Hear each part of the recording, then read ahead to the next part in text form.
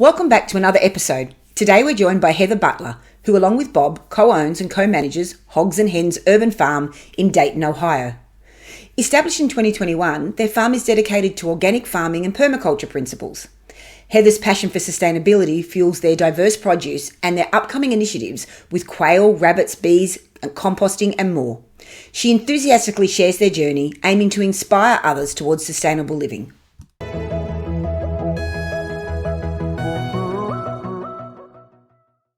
Hey guys, welcome to the podcast this week. And today we're talking with Heather Butler all the way from the States. So Heather, tell us a bit about yourself. Well, hello, I'm Heather Butler, and I am the owner of Hogs and Hens Urban Farm. We are an urban permaculture farm in Dayton, Ohio, and I am also the host of the Urban Permaculture podcast, where we talk all about all things city life and homesteading. Exciting, yeah. I'm really passionate about urban permaculture. I think a lot of people make I'll call it a mistake, or maybe a learning experience. When they think they have to leave the city, go out into the middle of nowhere and start a project. So, mate, tell us, what was the reason that you started your project in an urban environment rather than going in the middle of nowhere? Yeah, so we started out with a little raised garden box, and we had planted all these vegetables, got them to fruit, and squirrels destroyed every last bit of it. And so we decided that we were going to upgrade. And so we decided if we're going to feed the squirrels, we might as well feed enough or grow enough to feed them and us. And that's what took us down the rabbit hole of permaculture. And once you jump into that world, it's really, really hard to go any way other than permaculture. And that's where we're at today. Yeah, no, definitely. Yeah, something we actually don't have that problem in Australia, a squirrel problem. So pretty lucky with that. Yeah. Squirrels are my number one nemesis in my garden, aside from cabbage moths. Interesting. So what sort of havoc do the squirrels create in your gardens?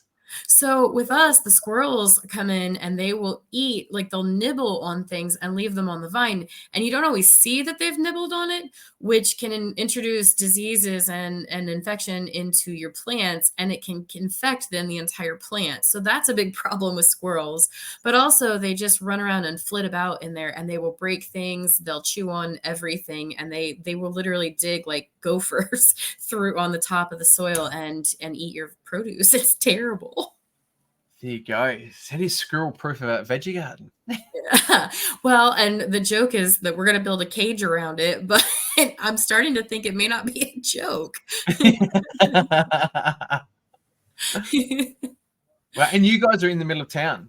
We are. So we have a row house, and our house was built in 1885. So we have a very old home, and it was attached to 4 other properties. Over the years, they became vacant, abandoned, and deteriorated. They burned down, and then we ended up buying the properties. So now we have a half an acre right in the middle of the city, which is really unheard of around here, where the average yard is about 1/10 of an acre here in the city. So we are the only farm in the middle of a big city. You can see skyscrapers out my backyard. Interesting, that'd be great. So what's a row house? What does that mean? Like, with its houses in a row?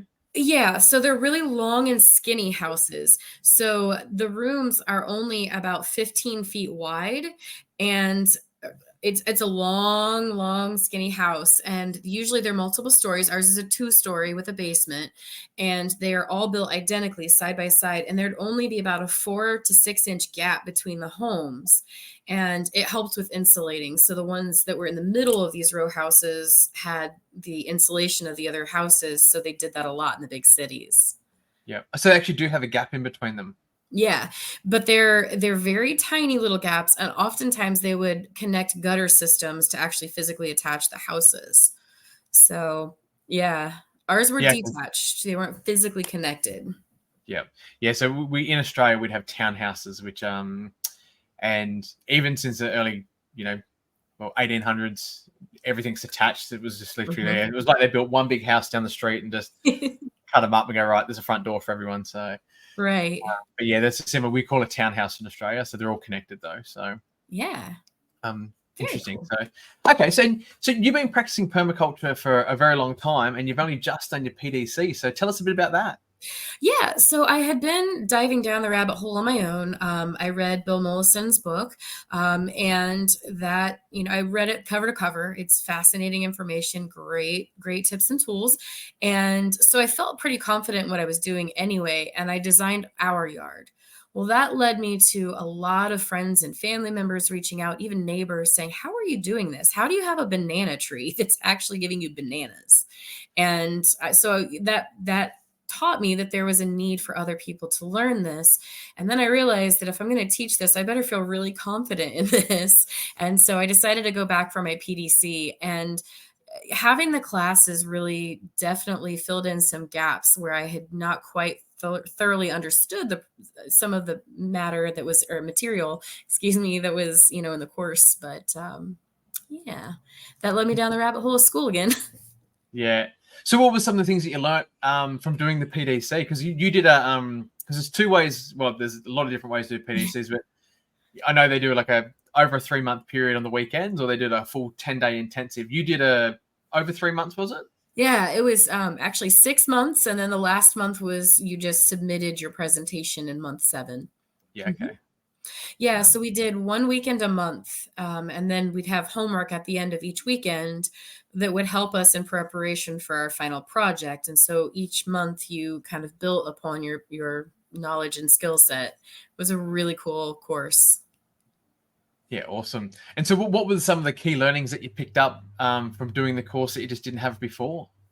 Some of the things I didn't really put much stock into before the class was patterns. I didn't really think about how much patterns should and do influence a design. I didn't really think about it in the ways that I learned in class. And so when I was designing our property, I went back and made revisions because of my PDC, because I realized that I did not allow enough space for me to move my camper in and out effectively in my original design. And that's a pattern that I'm going to be having where there's going to be grooves in my yard for that. So I needed to allow for it. I didn't even think about things like that. So that was big. And also some of the community projects and ways to integrate permaculture in the community. That was a really, really cool thing to learn more about. Yeah. To tell us a bit more about that, like what sort of ideas did you get and that you want to go out and do now? Well, so a lot of the folks that were in my class even cited examples in their communities where they have these areas that are designated as parks, but essentially they're just wide open fields with a walking path around them. And there are no playground equipment or basketball courts or anything. It's just wide open space. And so they petitioned, their local government for use of that land to build a food forest. And they said originally they got a whole bunch of pushback because of any kind of fruit that would hit the ground and then attract bees, and because of the liability of somebody getting stung. America, I don't know if it's the same, but in America, we're a very, very sue happy community.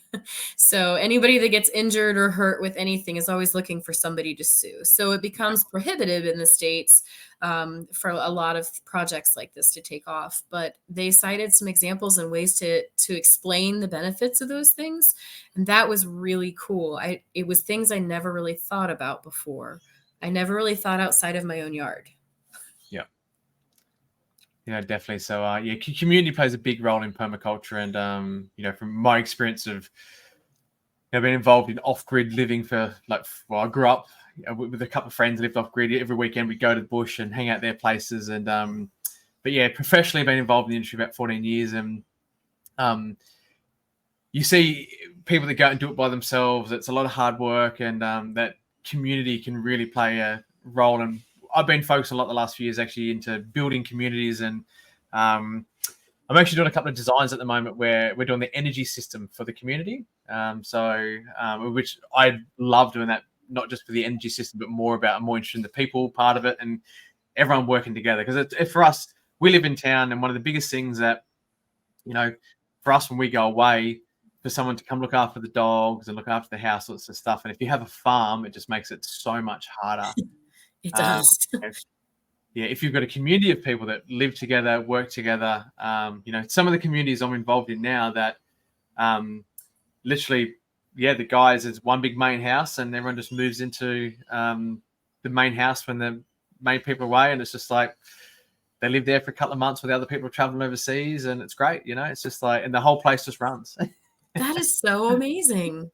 Yeah. So yeah, you want to have some good relationships so with your community to just I suppose let people within your house and how it all works, and so Yeah, yeah.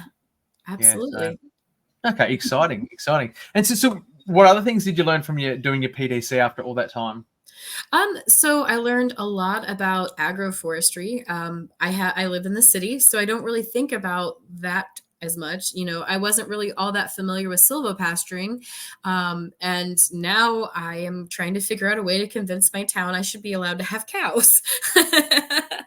We are actually looking at possibly purchasing some of the land behind us, because, again, there were blighted properties back there. The city tore them down. Now it's just vacant land that's just sitting in grass. So we're looking to annex it to our property and expand some more. Yeah. But yeah, agroforestry was fascinating to me. Great. Yeah, there's a big in Australia. Do you know much about Highland cattle at all? I do. Yeah. So the prices of Highland cattle have gone crazy through the roof. So due to everyone wants mini cows and urban environments, and so I delivered a solar system to a guy once, and he wasn't home. So my daughter's home. She's out the back looking after one of the cows, and they had a big property out of town, but in town they had a couple of little Highland cattle in the backyard. So we get to check them out and say hi, and so it was interesting. So so mate, tell us a bit more about your property and so what you guys do from an urban permaculture point of view from your property. Yeah. So we are currently in the process of expanding our rain collection. So we do capture and harvest rainwater, and we have an automatic irrigation system that takes that rainwater, and if it senses that our soil is too dry, it'll automatically go from the rain barrel until the rain barrel's empty. And then it'll switch and take it from the garden hose. We travel a lot. So everything that we do here, and why permaculture really appealed to us, is because we're gone a lot. And in permaculture, you design things that become self-sufficient, and so that they require very little input. You return it to nature, essentially. You just kind of guide it to what kind of nature you're looking for. So we've got that going on. We have a small orchard out front where we're growing peaches and apples. And in our backyard, we have grapes as well as banana. And we are in Ohio. We are in zone 6B. And so bananas are something that's tropical, but we can grow them up here. And I do. I have black walnut, and it is a producing black walnut. So we have those. And then I have 16 raised garden beds that are 3 feet by 9 feet each as well, that I do a lot of my annuals in. Around the perimeter, we have a variety of berry bushes. So we produce our own berries as well. And we are getting ready to add a bigger pond. We have a small koi pond in our front yard, and I raise duckweed, which I then harvest to add to my compost from that. And I use the water from the pond also in my garden. I make my compost tea with it. And so we do a lot of that. We have a huge compost area because we raise chickens. I have laying hens. I have 7 laying hens, and we will be getting rabbit and quail in the end of April. Exciting. Yeah. And so what's the plan with the rabbit and quail? Are they going to be friends, or are they going to be food? They're going to be food. They'll be friends in the sense that they will have the best life they can possibly have in only one bad day. Yeah. But we will be raising them both for meat as well as raising them to sell to others who are wanting to get into rabbits and quail. So we'll be doing some breeding as well. Interesting. Yeah. So I actually learned. It was the pigeons were heavily consumed before chickens come along. So because I had a couple of customers that they raised pigeons. So they're pretty easy to maintain. They just when they're ready for them, grab them. So well, and chickens. Chickens were originally jungle birds. So it would make total sense to have pigeon before chicken. Yeah. No, totally. So with your property, how self-sufficient would you say you are for food? As far as food, we grow about 70% of our own food. That's going to be changing this year with the addition of the rabbits and quail, because we'll be harvesting the eggs from the quail as well as using them for meat as well. So we'll probably get to about the 80 to 85 range by the end of this year. And as some of our trees mature and as our asparagus matures and things really take off, we'll be able to produce about 95% of our own food. Awesome. I actually found a pot. So we were off grid. We had a lot of stuff going on in Sydney. Our house in Sydney had 40 fruit trees and we got a lot of things. And the other day I found this bag of soil, which we brought up from Sydney. It was and it just got sat. So it's been there for 7 years. And I opened it and it was just, I thought, I'm going to deal with that. You know, it's going to be terrible soil. It's been sitting in a bag closed up for 7 years. So I thought I'd deal with it later on. And then so I opened it and I never closed it back up. And then a couple of weeks later, I went back past and it was growing asparagus out of it that we'd had in there from when we were in Sydney. I was like, no way. That's crazy. So I thought that soil would be dead. So sitting closed up in a plastic bag for 7 years. So, but yeah, we used to do, because we're in an urban environment, we had a lot of concrete at the front of our place. We had a lot of the bags we put soil in and have at the front of the house and move around. And when we moved up here, I brought them with us, and yeah, we've just had fun time with floods since we've been in Lismore. So we haven't done as much permaculture in here as we'd like to. So, well, you know what? The thing with permaculture is it's something that's best done over time anyway. Yeah. You know, so you can make small gradual changes, and small gradual changes are exactly what nature would have had happen. So you're going to have better results that way anyway. No, totally. No, exactly. So, well, I've got some free asparagus coming out of nowhere, so pretty excited about that. Pretty jealous of that. We had a wonderful, productive asparagus patch, and a friend of mine was helping us. We were going to be out of town, and he was coming to pick some of the bindweed that we had that had started to spring up everywhere. He was going to come and help work on pulling that out. And some of it had wrapped up in some of my asparagus fronds, and he accidentally ripped out like 3/4 of my asparagus. And he just pulled it root and all. And so we're waiting for the spring to see if we're going to have any asparagus at all this year. Totally. So tell us more about, so the climate zone 6B, what sort of weather pattern is that? So we get a deep frost, and we do get very cold temperatures in the winter. In early January here, we get down to the -30s in Fahrenheit.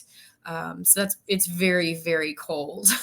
And in the summers, we get temperatures that are well over 100 degrees for like long periods of time. But we do get a very distinct 4-season weather pattern here. Our springs are generally very wet, and our summers are very dry. And we have a lot of serious drought problems in late July, early August, because we'll go from June till the end of August sometimes before we'll get rain. And when it's 100 degrees sustained, it makes it brutal. So it does make some challenges when we're growing here, but yeah, we make it work. No, totally. So you don't really get snow? We do.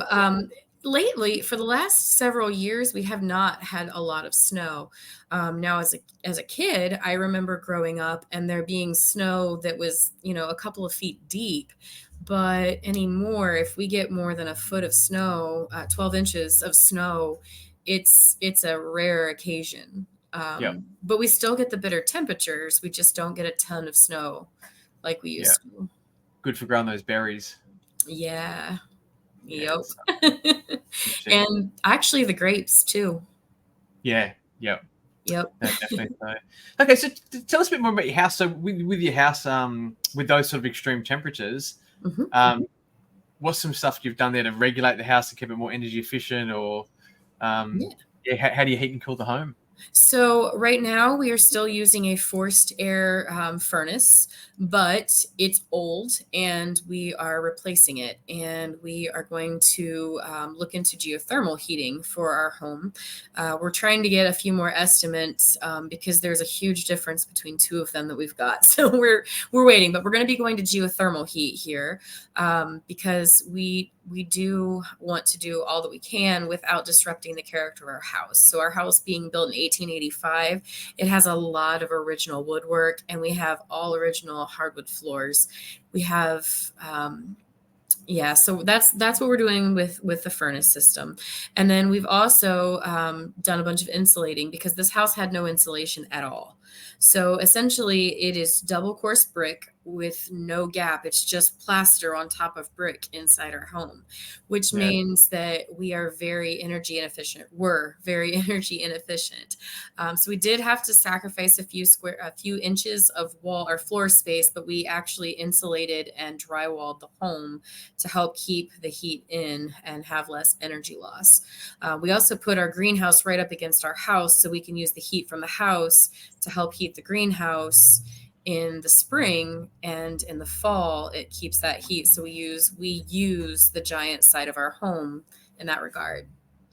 Yeah, interesting. Yeah, it's when we were in Sydney, we did the very similar thing in winter. Our backyard would pretty much get shaded because a 2-story house would shade most of the backyard. So I'd move all my little plastic bags out the front, and we had a grapevine in summer, and it would disappear in winter. Mm-hmm. And then that would allow the sun to come in, and we'd take advantage of that concrete out the front and all that heat to be able to grow lots of different things and use that thermal mass. So to advantage. So it's definitely some ingenuity there. So cool. So with the house, and so with the furnace, is that just run by a fire? The geothermal? Oh no, the furnace. Oh, the furnace. Yes, we have forced air. It's gas, so it is a gas furnace, and then it's got an electric blower motor attached to that, which then moves the heated air through the ventilation system. Yep. Yeah. No, definitely. And so is geothermal like, is it something that there's a lot of people doing it in the States or around your area? In our area, it's really started to take off. It was a relatively new concept in this area about 20 years ago. And it just really started taking off as folks became more energy conscious. And it's a beautiful system, and it really is efficient. Yep. Interesting. Yeah, it's one of those things in Australia that it's not really a thing in most of New South Wales, and so I think the problem we've had for years is energy's been really cheap out here, and even you guys have cheap energy compared to what we have. So it's been easier for builders to put air conditioners up, just cheaper and easier, or just design a house without an aircon, let the end user conditioner up in there anyway. So to be able to heat and cool it. So in Australia we've got some really bad buildings, basically. Really bad buildings. So, because we have the Queenslanders, which are high, lots of airflow underneath houses, but they're just open. So, in summer they're great because there's no insulation in them. They just breathe to get that cold air flowing underneath and through the place to get property. But when we do have the cold in places in Queensland, they're terrible places because they're all drafty. And the other issue we've had with, just pick on Queensland because it's just up the road from us, really. People buy the old Queenslanders and ship them down here to New South Wales, where, Queensland might have a 4-week winter, where it's like, gets down to like maybe 18 degrees in Brisbane or something, like maybe 10 days a year. So it's sort of their winter's nothing. When, they bring the house down the road a couple of hours, and we could go down here like, 6 months of having, the days are pretty good where temperatures will reach sort of 28, 29 degrees in winter. But the nighttime, it's like 0, 5. Yep. You end up with these terrible energy efficient houses in the wrong zone, wrong climate, Right. And they cost a fortune to retrofit and fix and make energy efficient. So, well, when this house was built, it had fireplaces. And over the years, because people didn't want to maintain the chimneys and the fireplaces, they've been bricked up. So when the house was built, because it was solid brick and it had brick fireplaces that were all connected, the house for the 1880s would have been really energy efficient for that time and technology. Yeah. But because modernization has removed that feature for us. Yeah, now we get to jump through hoops to make it efficient again. Yeah, no, totally. Yeah, and retrofitting's a challenge. That's the other thing, is especially in historic. Yeah, because there's lots of rules and regulations. So your house is a historic house, and so there's a lot of permission if you want to change the outside. Well, we're not actually we don't have like an HOA or anything like that. So we are free to do what we want, but our area is coming close to coming up with one of those. The neighborhoods on either side of ours are incorporated into like a homeowners association. Ours is not, but it's coming. And so that's why we're trying to do all that we can do to our property, because it's grandfathered in once it's here.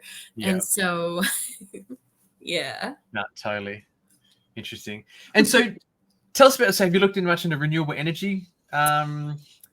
We have, and we've looked at a lot of different options. And so for us, like, well, there's a lot of challenges being where we are and our property being the age that it is. A lot of things that just aren't options for us because of our setup. Yeah, that does become a problem. Yeah, and solar is actually really expensive in the States, ridiculously expensive. Well, it is, and we have a lot of very tall trees on one side of our property, and the south-facing part of our property doesn't get enough light hours because we are of where we are for it to actually pay off. It would take us 20, I think the last estimate said 27 years before we would ever pay off the cost of the installation. Yeah. And so for us right now, that's just not it's not something that we're able to do. Yeah. The reality is, did you guys have a heap of blackouts the other day? Like a few weeks ago with a cold snap or something? Would Ohio be considered a renewable energy state or a coal state? A little bit of both, depending on where you're at. Yeah, okay. I mean, the South is more cold. The North is more renewable because it's flatter. I'll see if we can find this picture, and we'll post it up if we can in the video. But anyway, so what happened, and so the reason I bring this up is there was a whole heap of outages in the States, and it was the states that had more wind and solar didn't have the outages. It was the states that had the coal. The power grid become unreliable, the weather and that sort of stuff in there. So, so the renewables were helping the networks out. So the states that had heaps of renewable, they didn't have the blackouts, basically. And so the reason I bring that up, and what a lot of people don't realize, is sometimes it's hard to, we have a product here in Australia where you can actually buy someone else's solar. So it's peer-to-peer networks called getlocalvolts.com. You can't use it in the States. So it's just a software technology here in Australia. But literally, I just think so. So I sell my mum solar. She's 5 hours away from me. And of a day, she's not using my solar technically. It's just billing on the back end. Right. But of a day when she's using solar, or she's using energy of a day, she's actually technically using my solar. So I sell it to her for 0 cents. So she doesn't pay anything during the day to use energy. So, if she uses energy, as long as my solar system's producing and she's using, the billing platform will just go, well, Mike was giving to the grid, Vicky was using, we don't have to charge Vicky for anything. So, that's amazing. Yeah. So, if you live in a state or, you don't have to put solar up to be renewable and the stuff. And the more you can just do of a day, like you're still by default using renewable energy if you've got a really heavy energy efficient state. Like in Australia, we're at a point we've got 6 states, 7. Yeah. 6 or 7 states are all connected to one network. So we're actually one grid where you guys, all your different states have your own network. So we share all the renewable energy. And that's cool.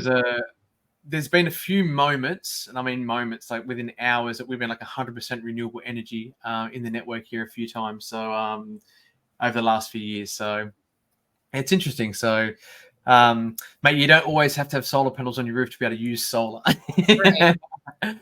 And but yeah, if you could just practice those habits of just using energy when the sun's like 10 o'clock to 2 o'clock, you're pretty much, if you're connected to the grid, you're using someone else's solar anyway. So something to think about, you know. True.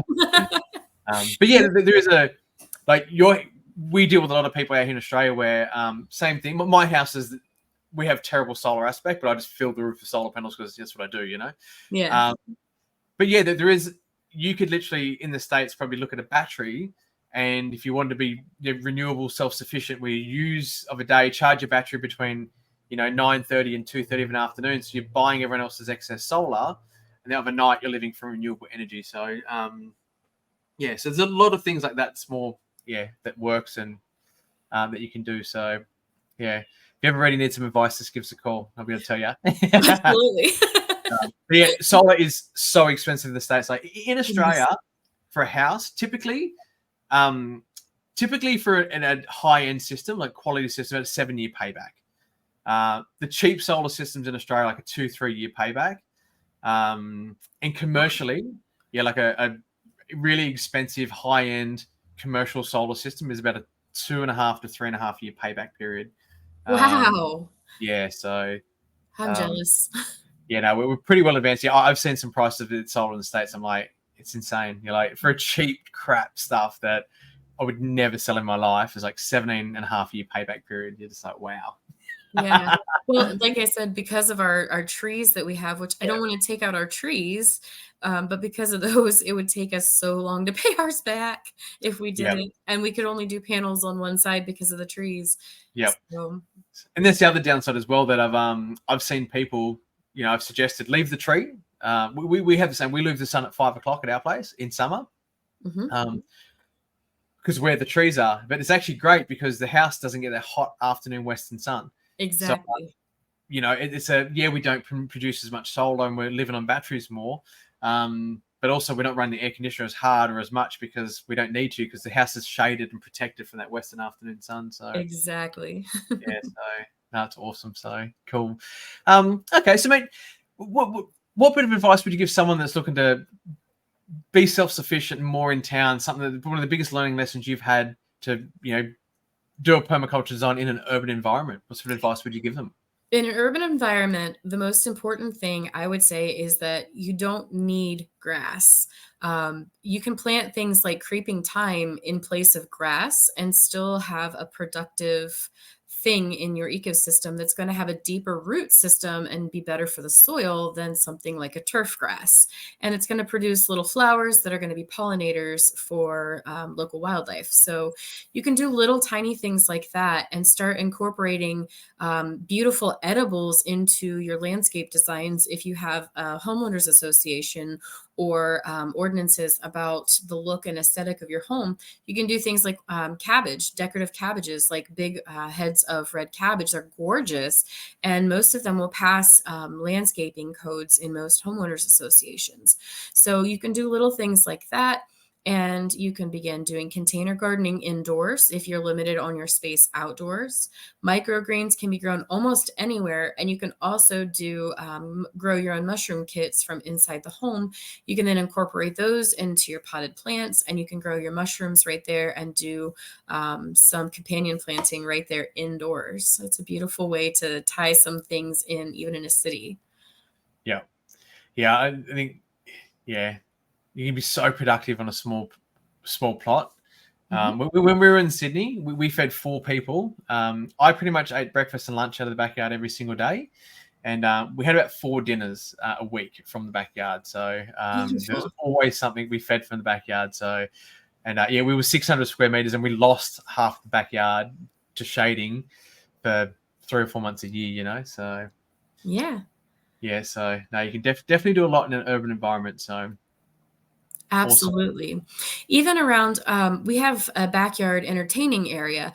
And so it's gravel because that's what makes the most sense for us and our needs out there. But gravel makes it really hard to add any kind of vegetation. So when we are building our pergola this spring, we're building where the legs would attach to the ground. We're putting planter boxes around them, and we're growing hops. So as it grows up, it can vine on that and create its own natural canopy out there. So we're doing little things like that to incorporate vegetation anywhere and everywhere that we can possibly squeeze it in. Yep. No, definitely some good advice. So exciting. Yeah. Wait, thank you I really enjoyed the conversation, and I think we've learnt some stuff out of there. So I was actually just thinking about creeping thyme. I'm definitely going to take that on board. We've planted a bit of dichondra. We've got a paddock next door. I mow. The guy doesn't live here, so I mow it, look after it, maintain it. And I've thrown a bit of dichondra, and the patches are really starting to spread out. And so dichondra is like it looks like a little clove, like it's a bit of a harder leaf clove, and spreads out. So I don't know if you guys have that in the States, but it's starting. The patches are growing, which is going to help me stop mowing the lawn over there. Yes. But I might look into creeping thyme. We've actually got one of our garden beds at the back. We've got a ground cover mint. It has gone crazy and it does a really good job of keeping everything else at bay. So we're subtropical where we are, and I would say we're more tropical than sub. Like it rains here one day and it's stinking hot the next, and the grass, you've mowed it Monday, rains Tuesday, and Wednesday it's hot, Thursday it wants cutting again because it's a foot high, So the creeping thyme, do you have any experience with it, or have you seen it? Or no, not at all. So check it out. It smells and reacts like a normal thyme, a garden thyme, but it stays very short. It only gets about 4 inches tall at the very most. And so you never have to mow it. And if you do have some weeds or things like maybe some plantain or another vegetation that pops through and you do mow it, it just smells like a pizzeria in your yard because you smell all that thyme really strong, but it doesn't hurt anything. And it produces little tiny flowers, and you can get pink or white varieties. And so it looks really pretty to have like different variations in color of flower when you plant it out, and they'll mix together. It looks really neat, and it feeds the bees. Awesome. Check that out. So my bees right now at the moment, we actually we had 2 hives and we lost one. Oh. We were going away and I literally was going in the driveway and they were in the tree. I'm like, we're going on holidays. I'm like, you'll either be there when I get back or you won't be. They weren't here when we got back, and we have another beehive out the back, and we think it's the same hive come back. Because when they left, I moved their hive out the back of the house to get away from the other beehive. And then months later, they come fill the hive up and literally built all inside, because I didn't actually I've got that in the top box, the honey box still ready to go, but down the bottom, I didn't have any frames or nothing in there. So they built a whole heap of frames in there ready to go and then left again. Sorry. Oh, man. So I don't know where they've gone. So, but yeah, they're floating around. So I thought I'll just leave the box. I'm not going to intrude on it. I'll leave it for a few months and see they might come back, They might be stashing a few bits of honey here and there and doing a few things. So we'll see what happens. So we haven't gotten our bees yet. We're going to be doing it soon, but we're just not quite ready yet. I want to do a little bit more learning because I know there's a steep learning curve initially, and then I'm a little terrified of it, if I'm being really honest. Have you seen about the flow hive in the States? I don't know of it. Have a look into the flow hive. It's a really interesting product. You can harvest your honey without disturbing the bees.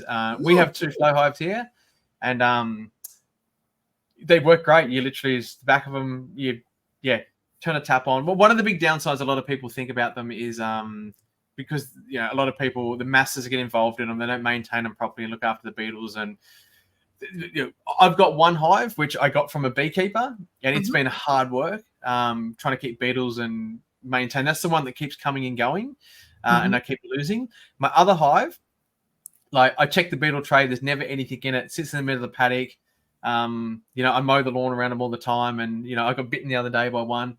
But that hive there, like literally every time I've opened it up, there's been nothing in it. Where the other one I got from a beekeeper was really high maintenance to try and maintain. So, the original one I got, the original flow hive was full of bees, and we've had no pest problems with it. I'll have to check it out. So no, definitely have a look. So they make life very easy. So only once a year I sort of strip it down and have a look and just check for beetles and that one over there is never any dramas. With the other one, it's been empty every time. I just go pick it up, don't have to beast or nothing because they're gone.